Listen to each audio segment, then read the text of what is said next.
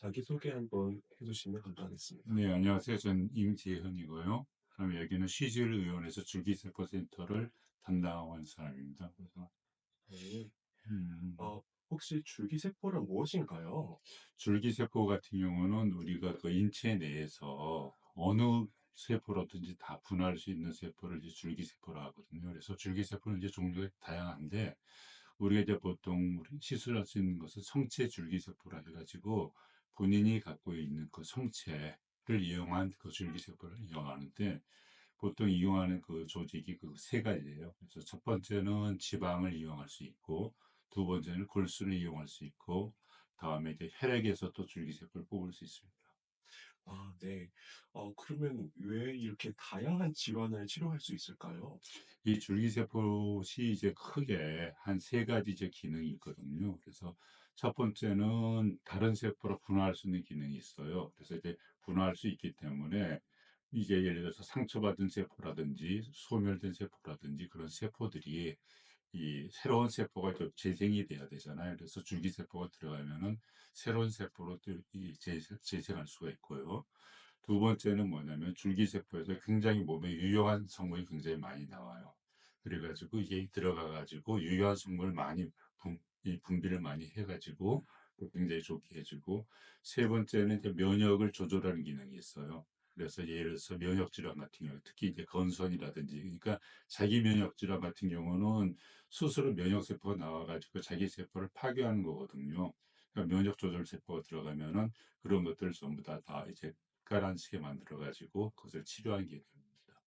아, 네. 그러면, 예를 들어서 지방 흡입, 그리고 골수 채취 방법으로 네. 이렇게, 줄기세포를 채취하는데요. 그러면 그 채취 방법은 안전한가요? 그 방법 자체는 예를 들어서 지방 흡입 같은 경우는 우리가 이제 나오는 그 빼는 그 양이 그렇게 많지가 않아요. 그래서 우리가 일반적으로 하는 지방 흡입술은 예를 들어서 뭐 1000cc까지 붓고 하는데 보통은 우리가 한 60에서 한 120cc 사이 정도 뽑기 때문에 비교적 안전하고요.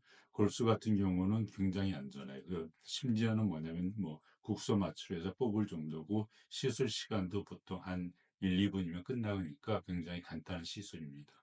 아, 네. 그러면 부위별로 채취한 줄기세포의 효과가 다를 수 있을까요? 네, 전혀 달라요. 그러니까 예를 들어서 지방줄기세포 같은 경우는 좀 복잡하지만 우리가 이제 중배엽이라고 하거든요. 그래서 중배엽에서 유래된 그 세포들이 굉장히 유리해요. 이제 중배엽에서 유래된 세포라는 것이 예를 들어서 뭐 근육이라든지 뼈라든지 인대라든지 아니면은 또 지방세포라든지 이걸로 분화하거든요. 그래서 그런 것들 필요한 그 질환 같은 경우는 이제 그 지방세포에서 뽑고요. 피계에서 뽑는 경우는 보통 면역 조절 기능이 굉장히 좋아요. 거기에 나온 줄기세포는. 그래서 면역이 그 기정되는 것들은 이제 피에서 뽑는 경우가 많고요. 다음에 그 골수 같은 경우는 이 세 가지가 이제 골고루 있어요. 뭐냐면 중비역 세포도 잘 많이 있고요. 또 하나는 뭐냐면 면역 조절 세포도 굉장히 많고, 또 하나는 뭐냐면 뼈라든지 또 다른 부분 있잖아요. 그런 부분에 또 굉장히 특화되어 있기 때문에 이 환자의 그 질환에 따라서 다양한 분야에서 뽑는 방법이 좀 다를 수 있습니다. 아, 네. 그러면 줄기세포 치료는 위험하지 않아요? 예를 들어서 면역 거부 반응이나 부작용이 있을까요? 줄기세포 같은 경우는 보통 이제 자기 몸에서 뽑기 때문에 자기 몸에서는 이게 거부 반응이 있을 수가 없겠죠. 근데 이제 예를 들어서 다른 사람 걸 이용한다 하면은 면역 거부 반응이 있을 수는 있겠죠. 네. 제가 듣기론 줄기세포 치료는 윤리적으로 논란이 있다고 하는데, 어, 그, 그러면 지금 치료는 법적으로 안전한가요? 지금 이제 윤리적으로 좀 문제가 있었던 건 뭐냐면요. 옛날에 그 배아줄기세포라 해가지고 남의 이제 난자하고 뭐 그런 것을 이용해가지고 남의 것을 이제 뽑아가지고 난자를 뽑아가지고 아니면 또 해가지고 결합시켜서 하는 거기 때문에 좀 생명윤리라든지 그런 부분은 문제가 충분히 있을 수 있죠. 그렇지만은 우리가 이제 성체 뭐 줄기세포 같은 경우는 자기 몸이라든지 뭐 몸에서 피라든지 지방이라든지 아니면 골수에서 뽑는 거기 때문에 윤리적인 문제는 전혀 될 수가 없죠. 아 네. 그러면 저희 병원의 대표적인 줄기세포 치료는 무엇인가요? 예를 들어서 네 모발 재생, 안티에이징 이런 효과는 얼마나 지속되나요? 보통 우리가 이제 뭐 우리가 정형외과적으로도 많고 그다음에 면역 질환이라든지 아니면 이제 여러 분야에서 많이 쓰는데요. 보통 그 질환별로 사실은 그 효과가 좀 달라지기는 해요. 예를 들어서 우리가 이제 정형외과적으로 보면은 그 연골 같은 경우가 닳아 가지고 골 관절염 같은 경우 있는 경우 있잖아요. 그런 경우 같은 경우는 우리가 보통 한 5년 정도 10년 이렇게 접질면 근데 이제 많이 쓰면 쉽게 닳겠죠. 다음에 뭐냐면 뭐 예를 들어서 머리 두피 같은 경우도 보통 우리가 주기세포 시술을 많이 하는데 머리의 사이클이 보통 5년 정도 되거든요. 그래서 5 년에서 10년 정도 간다 그렇게 보시면 되고요. 그다음에 그 외에 예를 들어서 뭐 알츠하이머라든지 아니면 뭐 치매라든지 그런 경우는 보통 우리가 한 1-2년 정도 스팬을 보고 있어요. 그래서 질환별로 우리가 조금 지속 기간이 좀 다르다 좀 생각할 수 있고요. 그다음에 그 지속 기간이 지나가기 전에 또 시술을 하면 계속 또 연장되는 효과는 있습니다. 네. 그리고 비슷한 시술을 하는 병원 중 왜 우리 병원을 선택해야 하나요? 지금 그 네. 차별점이 무엇일까요? 지금 이제 예를 들어서 줄기세포 같은 경우는 지금 우리나라에서 굉장히 그 유행식으로 굉장히 많이 되어 있는데 줄기세포가 원래는 뭐 일본하고 또 미국에서 굉장히 많이 발달돼 있어요. 그리고 그쪽에 연구도 굉장히 많이 되어 있고 그다음에 그 역사 같은 경우는 굉장히 길어요. 15년, 20년까지 돼 있는데 우리나라는 지금 이제 굉장히 이게 파퓰러하게 되는 게 보면은 제가 보기엔 최근 한 2년 사이에 좀 굉장히 막 파퓰러돼 있어요. 근데 줄기세포에서 가장 중요한 것이 뭐냐면은 환자의 실렉션이 중요해요. 어떤 환자가 이 효과가 굉장히 좋을 건가. 두 번째는 뭐냐면 어떤 줄기세포를 쓸 건가. 왜 그러냐면 우리가 이제 세 가지 줄기세포 얘기를 했잖아요. 지방에서 뽑을 건가, 골수에서 뽑을 건가, 아니면 피에서 뽑을 건가. 그다음에 그다음에 세 번째는 뭐냐면 어느 양을 써야 되느냐. 그다음에 네 번째는 뭐냐면은 우리 제가 얘기했잖아요. 어떤 질환은 보통 스팬이 한 1-2 년밖에 안 되고 어떤 질환은 한 5년 정도 가고. 그러니까 그런 스팬을 다 알아야 되고. 그럼 이런 것들을 전부 다 알려 하면은 그런 질환을 치료를 했던 충분한 경험이 굉장히 많아야 돼요.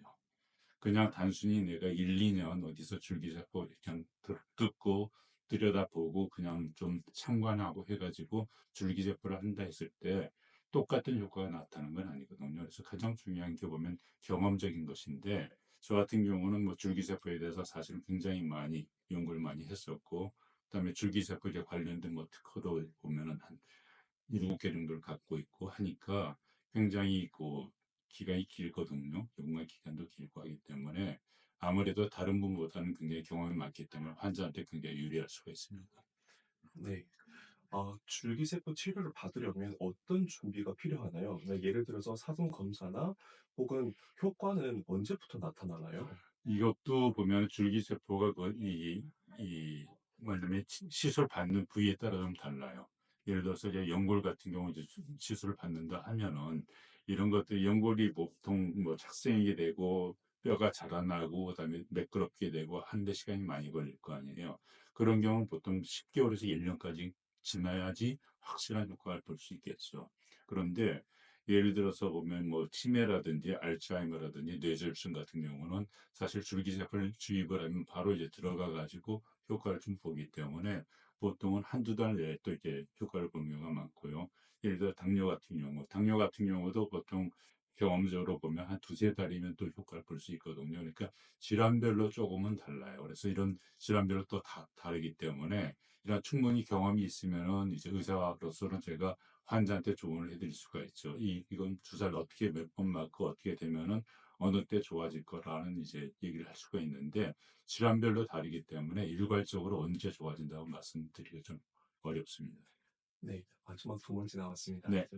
네. 줄기세포 치료를 받으려면 안 되는 사람이 있을까요? 예를 들어서 뭐 임산부나 암 환자 같은 사람들이요. 보통 우리가 이제 이 암 환자 같은 경우도 사실은 치료를 하는데요. 면역 기능을 굉장히 좋게 해 주거든요, 암 같은 경우는. 그런데 이제 이 줄기세포라는 것은 저는 어떻게 생각을 하냐면요.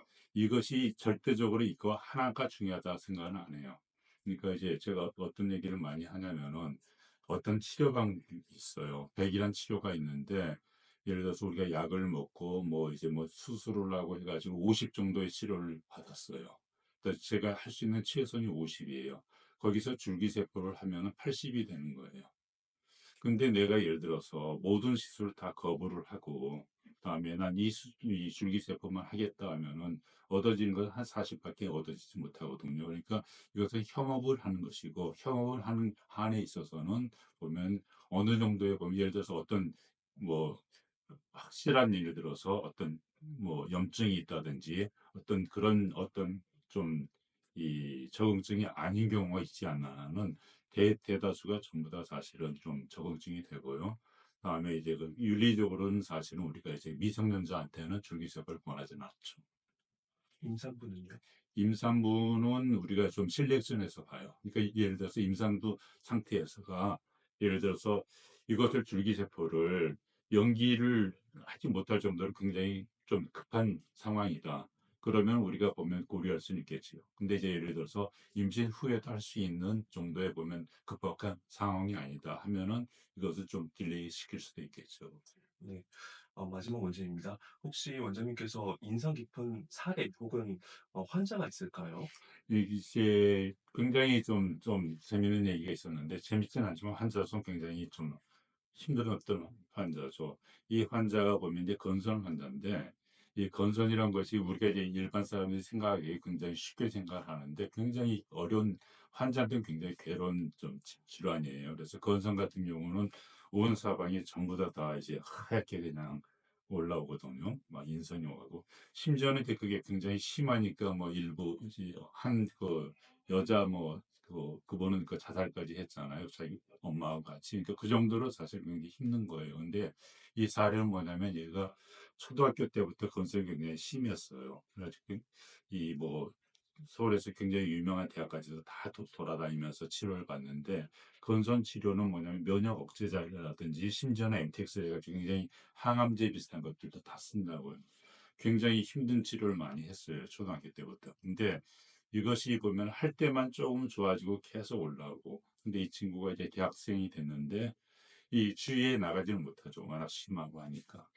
그래 가지고 뭐 이제 뭐 한의원도 가 보고 뭐 대학병원에서 계속 치료를 받았었고 했는데도 안 됐어요. 그래 가지고 저한테 왔는데 저 지금 이제 그 팔로업이 그 사람이 한 10 개월 정도 됐는데요. 시술하고 나서 좋아진 게. 한 3번 정도 이제 줄기세포 우리가 이제 한 프로시저가 있거든요. 그래서 거기에 따라서 다 했는데 완전히 깨끗이 없어졌어요. 완전히 없어졌어요. 완전히 없어졌고 그다음에 제가 그랬어요. 만약에 조금이라도 이상하면은 저한테 찾아오라고. 그리고 아무튼 이제 라포가 형성돼 가지고 그 사람 부모하고도 계속 얘기를 하고 뭐 전화번호도 다 알고 하는 사이가 됐는데 그 사람한테 그랬어요. "조금이라도 이상하면 알아라는데 지금 한 9 개월, 10 개월 됐는데도 아직도 연락이 안 와요. 그건 뭐냐면 아직까지도 이제 괜찮다는 거죠. 그러니까 그 친구는 자기가 고등학교 때 자살까지 생각하고 자살까지 시도했던 친구거든요. 근데 그 친구가 이제 무사히 잘 지내는 걸 보면은 확실히 줄기세포는 좀 획기적인 어떤 치료 방법이 아닐까 이렇게 생각하고 있습니다. 네. 사실 안티에이징에 대해서 잘 얘기하지 않았는데요. 만약에 뭐 일반 사람 그러니까 노화를 방지하려고 하는 사람에 대해서 어떤 왜 추천하는지 한 번 더 얘기해 주시면 감사하겠습니다. 이게 이제 줄기세포가 이제 이 호밍 이펙트라는 게 있어요. 그게 뭐냐면은요. 이 줄기세포는 이 몸 안에 우리가 이제 혈관을 통해서 돌아다니잖아요. 돌아다니는데 물론 뭐 이제 여러 가지 좀 학술적인 것은 좀 빼겠습니다. 뭐 폐에서 뭐 얼마가 뭐 그런 것들은 다 빼고 결국 폐에서 이게 좀 습작되더라도 다 또 흘러 돌아가게 돼 있거든요. 그래서 돌아다니면서 몸의 가장 약한 부분에 이 녀석이 딱 착색이 돼요.